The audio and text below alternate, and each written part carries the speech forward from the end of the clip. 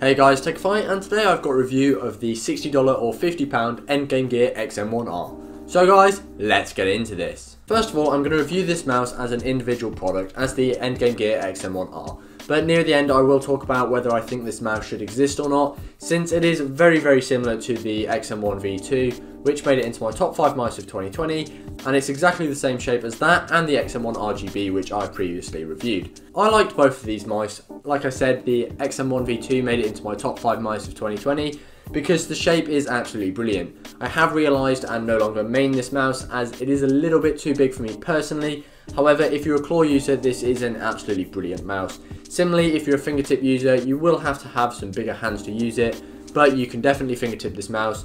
And similarly, on the other end of the spectrum, if your hands aren't too big, then you will be able to palm this mouse as well. So the shape is absolutely brilliant. And if you're a claw user, this mouse is just amazing for claw.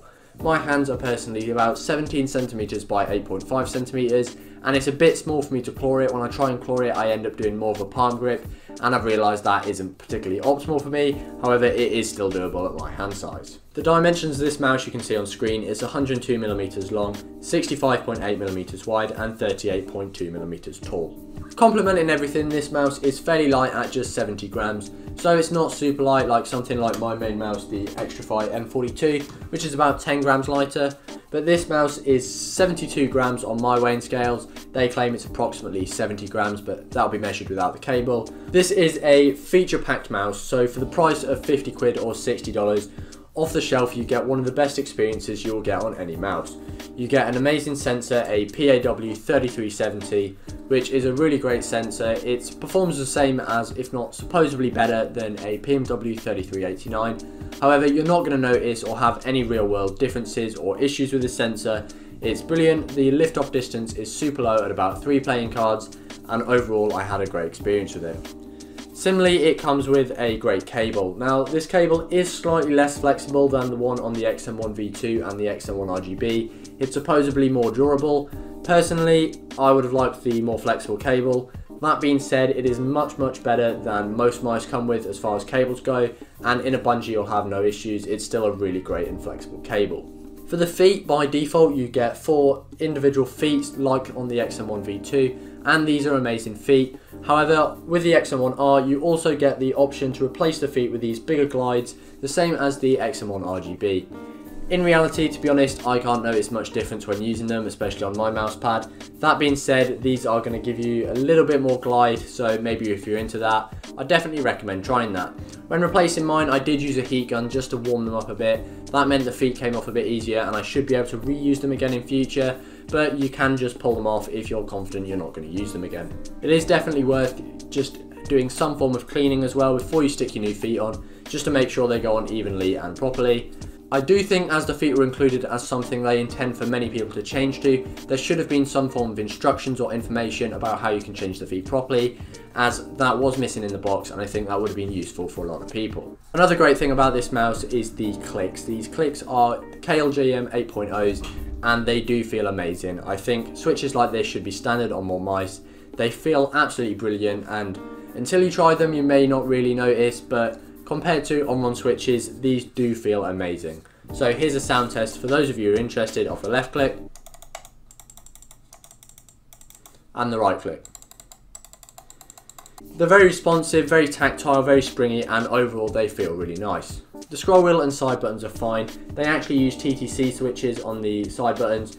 Not that anybody's that bothered, a lot of people don't even use the side buttons. They feel good enough and I'm happy with them. Here's a quick sound test. They do well enough in game if you want to use the side buttons. For the scroll wheel, it's about the same again. If you use it, it's more than good enough.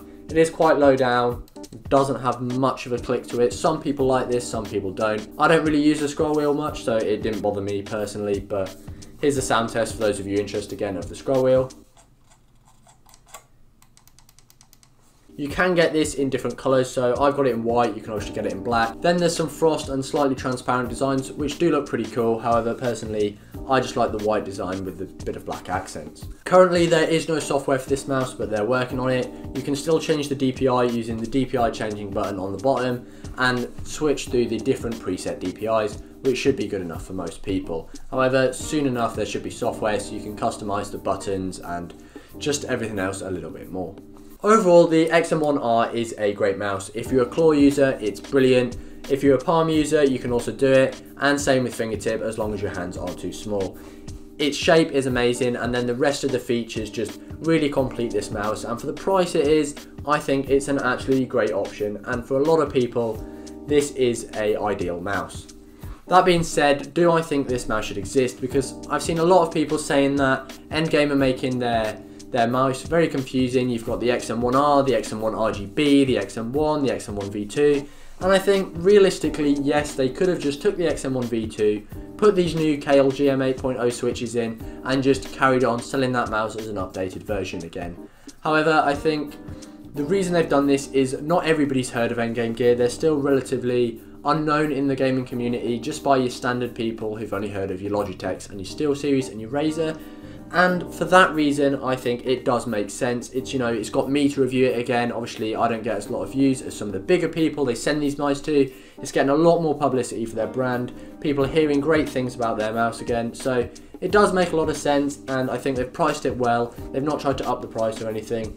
So overall, I'm personally not too bothered that they brought out another version of the XM1. That being said, I am excited to see a smaller XM1 or a wireless XM1 in this coming year, and I really hope Endgame Gear do that.